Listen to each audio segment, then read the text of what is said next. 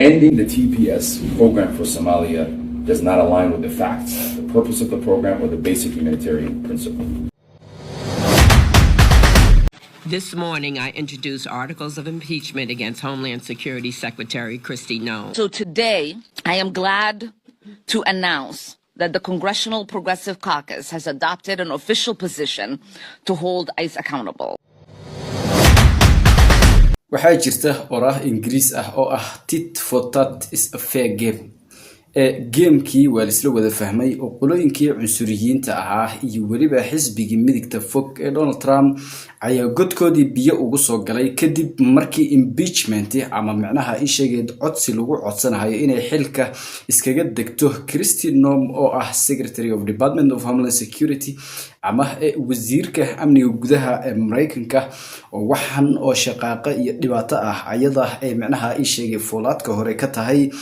galkaasina Donald Trump ayada faraha u soo galiyay ayaa impeachment loo diyaariyay ilaa iyo 70 xildhibaan oo ka tirsan Congress-ka Mareykanka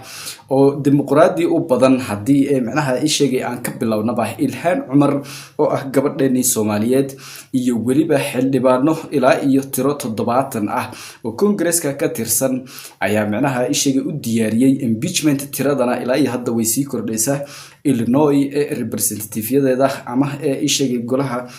baarlamaanka ee Congress-ka ku matalo gobolka Illinois oo sida ognahay Chicago magaalada madaxdiisa ay tahay iyo waliba Minnesota oo Ilhaan Cumar ay halkaasi ku matalayso ilaa iyo 100 xildhibaan ayaa sidoo kale Ilhaan Cumar ay hogaaminaysaa iyada oo madaxweyne ku xigeen u ah caucus-kan ama ay sheegay isbahaysiga Congress-ka ka tirsan ee dimuqraadiyiinta ah ee lagu magacaabo the Progressive Caucus marka ayagana tiro ilaa iyo 100 ay dhan yihiin oo gobolka Minnesota u badan ay Ilhaan Cumar hogaaminaysaa ayagana sidoo kale impeachment u diyaariyay ama in ay dacwad sheegay ku furaan iyo buuq ku furaan oo loo codeeyo Congress-kana arintan la gaarsiiyo arintan ugu dambeyn iyo kama dambeys meeshii ugu dambeysay ayay taagan tahay oo lagu kala bixi lahaa Congress-ka ayay u soo gudubtay Mareykanka oo ilaa 70 xildhibaan oo gaar ah oo dimuqraadi ah iyo waliba 100 xildhibaan iyo 170 xildhibaan ayaa la soo sheegayaa in ay ka file gareeyeen arintan ayada ah oo mooshinkaasi baarlamaanka la horkeeni doono sidaan ognahay midtermkiina uu soo dhow yahay marka arintan ayaa aad u sii xoogeysanayso oo qaabka loo soo tabinayo ayaa daba joog maadaama qolooyinkan dignino hore la siiyay heer state iyo waliba heer federaal ba loola hadlay in ay ka joogaan arimahan ay sameynayaan cunsuriyiinta iyo beegsiga halka community ama qolooyinkan lagu magacaabo Hispaniga iyo waliba Soomaalida ay toos u beegsanayaan marka bal ila daawo sida carada leh ee uga hadlayaan xildhibaanada Mareykanka ee Congress-ka ee ku matalo state-yadan loo yaqaano the blue states ama dimuqraadiga ee qaabka ay uga falcelinayaan iyo waliba sida carada leh oo Ilhaan Cumar ay furka ugu turtay Kristi Noem oo ayada community ahaan Soomaalida u beegsanayso iyo waliba guud ahaanba maamulka Trump oo Ilhaan Cumar ba sheekada ay ka bilaabatay kadibna ay Soomaalida isku soo macnaha ay sheeg ku soo biyo shubatay qaabka ay sidoo kale dagaalka oo la gashay. So today I am glad to announce that the Congressional Progressive Caucus has adopted an official position to hold ICE accountable.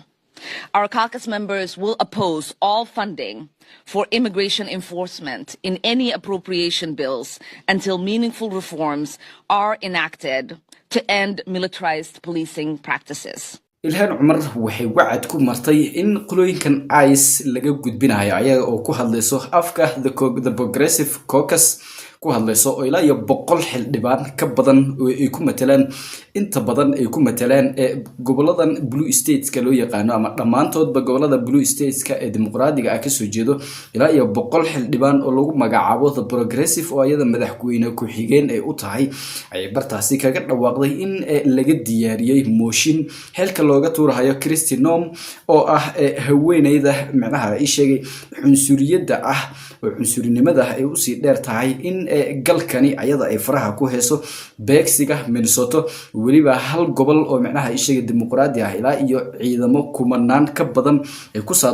soo daabulayso saacadda ka sii dambayso arintaasi oo ah beegsi iyo waliba in dadka la argagixinayo inaan banaanka loo soo bixin karin in banaanka wax laga doonan karin in ardayda iyo iskoolaadka aadi ka banaan baxyo waaweyn ay qabanayaan ardaydii gobolada dimuqraadiga ah ugu horeeyo gobolka Minnesota arintan ay ku magacaabeen in terrorizing lagu sameynayo ama la argagixinayo community-ga gobolkani degan sidoo kale ila daawo xildhibaanadan oo ka soo jeedo gobolka Illinois iyo sidoo kale in ay ka file gareysay ayada iyo waliba 70 xildhibaan oo kale oo dimuqraadi ah iyo waliba republican laga yaabo in ay dib macnaha isheega ka soo raacaan oo arintani aan loo kala harinin maadaama beegsi lagu sameynayo dad American ah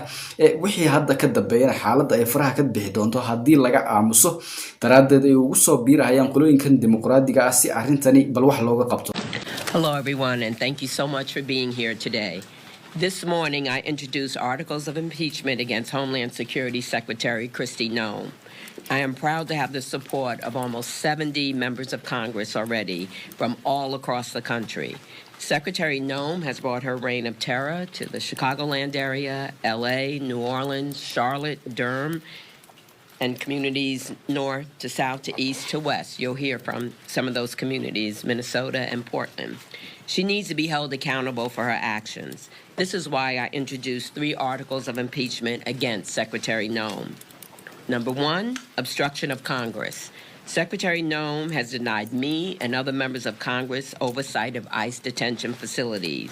I was denied access to the ICE facility in Broadview despite following Secretary Noem's unlawful 7-day notice requirement. xildhibaanadan waxay ku eedeynaysaa oo macnaha ishay lawsuudka laga file garanayo ama mooshinka laga keenay naagta lagu magacaabo Kristi Noem oo ah wasiirka wasaaradda amniga gudaha ee Mareykanka ama Department of Homeland Security DHS in macnaha ay ku gacan seertay waxyaabo ay soo codsadeen ayada iyo waliba Ilhaan Cumar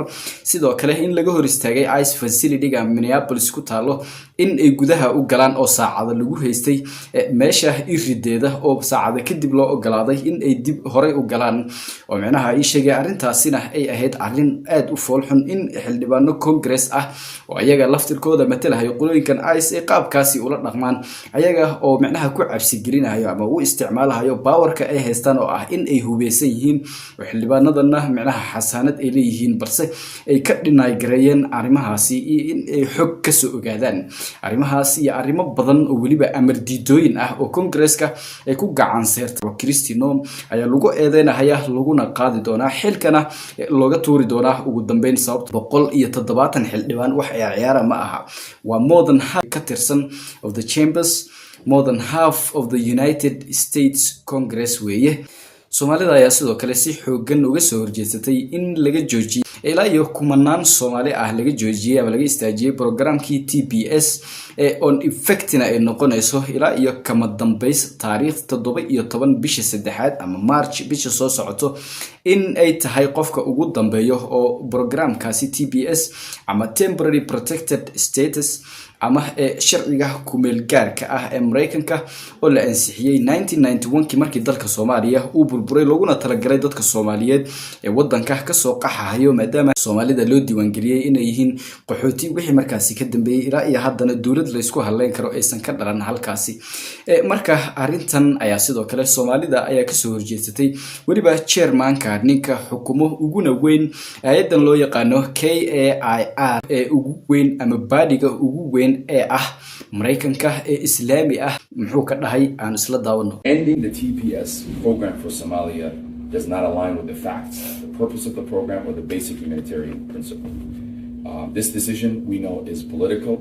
It is not logical. It sends a dangerous message to even most clear humanitarian protections can be dismantled without regard for the reality. When protections are stripped from Somalis, despite undeniable conditions, the entire TPS program and the framework of it is broken. And so we are encouraging everyone who's on TPS program to immediately reach out to organizations, or if they have an immigration attorney, please consult with an immigration attorney. Do not make any decisions at this moment without consulting with an immigration attorney. wuxuu sheegayaa inaysan suuragal ahayn qaabka loo wajahayo oo dadka looga revoke gareynayo ama looga cancelayo TPS ama temporary protected status ayna ka soo horjeedo organizationkii aas-aasay oo weliba Congress-ka uu baas mariyay oo galaadayna in dadka la soo dhaweeyo wadankooda uu ka burburay qaxootiga wadankan Mareykanka ku soo galahayay tan iyo